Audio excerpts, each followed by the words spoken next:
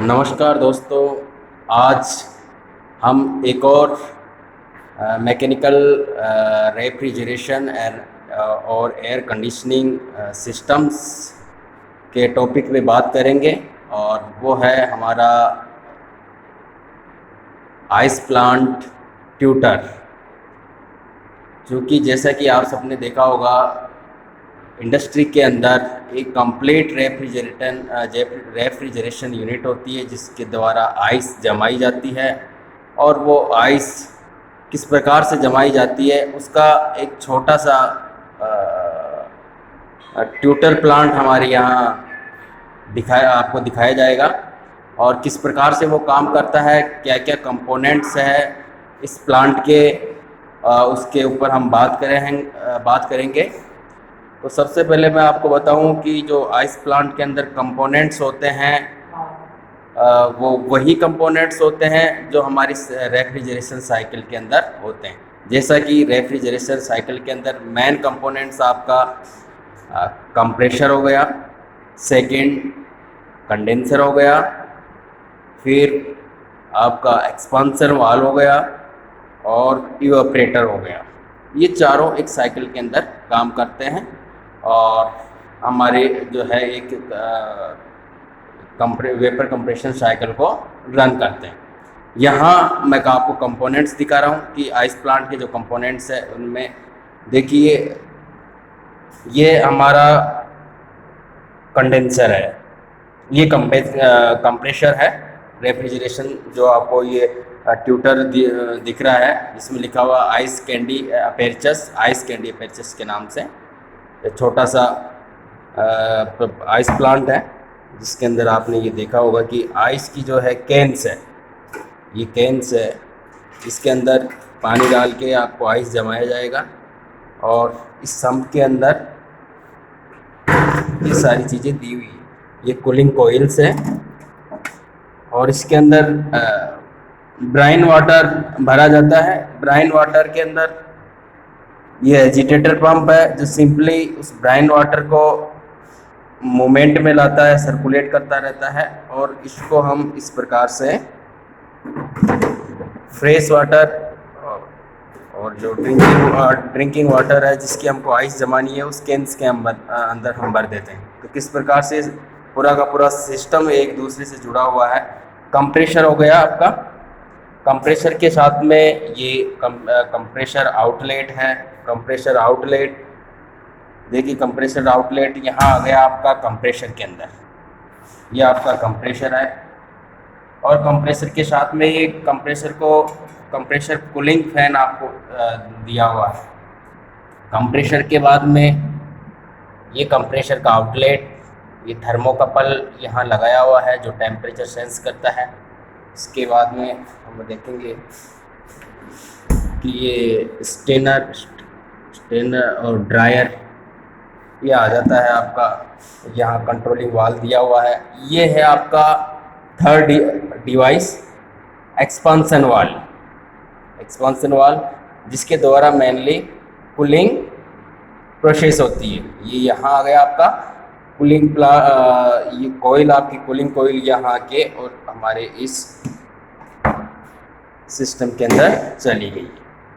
और यहाँ ये कोयल्स ठंडी होती है और ये ठंडा करती है ब्राइन वाटर को। ब्राइन वाटर जो कि एजिटेटर जो पंप है, मैंने आपको अभी दिखाया था एजिटेटर पंप, ये रहा, इसको कंटिन्यूसली मूव कराता रहता है और हीट का कंडक्शन होता रहता है, कन्वेक्शन।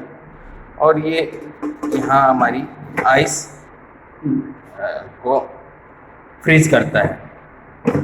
ब्राइन वाटर इसलिए लिया जाता है कि चूँकि हमको आइस 0 डिग्री सेल्सियस पे और इससे नीचे पे हमको जमानी होगी, तो डायरेक्ट अगर एक कूलिंग कोयल्स के संपर्क में ये नहीं आएगा कंडक्शन, तो हीट ट्रांसफर ढंग से हो नहीं पाएगा। तो हम क्या करते हैं कि कम्प्लीटली एक सही तरीके से यूनिफॉर्मली हीट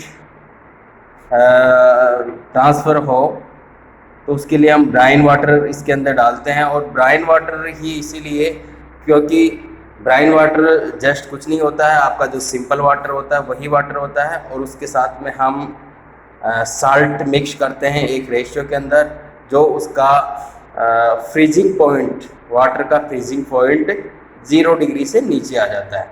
क्योंकि अगर सिंपल वाटर ले लेंगे तो वो भी यहाँ फ्रीज हो जाएगा, तो हमारा जो प्रोसेस कंप्लीट नहीं होगा। इसलिए ब्राइन वाटर लेने से इसका जो फ्रीजिंग पॉइंट काफ़ी बिलो चला जाता है, और उसकी वजह से ये जो इसके अंदर पानी है ब्राइन वाटर नहीं जमता, और ये वाला हमारा आइस कैंस के अंदर जो पानी जमा होता है वो जम जाता है।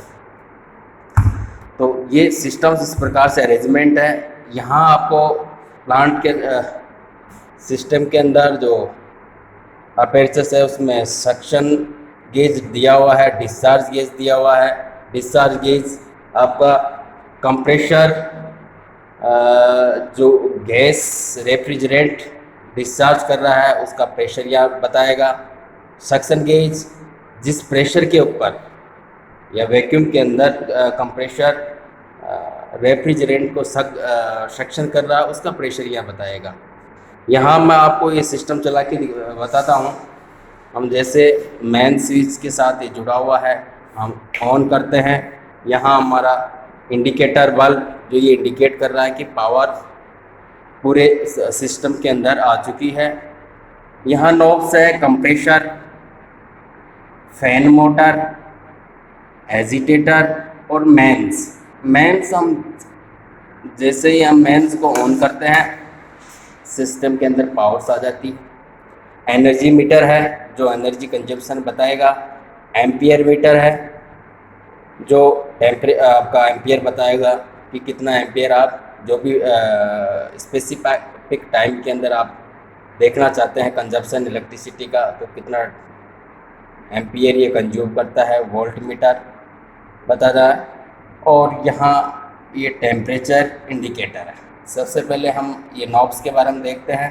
कंप्रेशर अभी ऑफ है, हम जैसे ही ऑन करेंगे आपका कंप्रेशर ऑन हो जाएगा, ऑन हो गया है, कंप्रेशर ऑन हो गया। इसके साथ में फैन मोटर हमने देखा, ये फैन मोटर कंप्रेशर की आपके कंडेंसर की फैन मोटर ऑन हो गई है, जो कम्प्लीटली कंडेंसर की कूलिंग कॉइल्स को कूल करेगी। एजिटेटर पंप हम जैसे करेंगे, अंदर वाला एजिटेटर पंप चल गया है।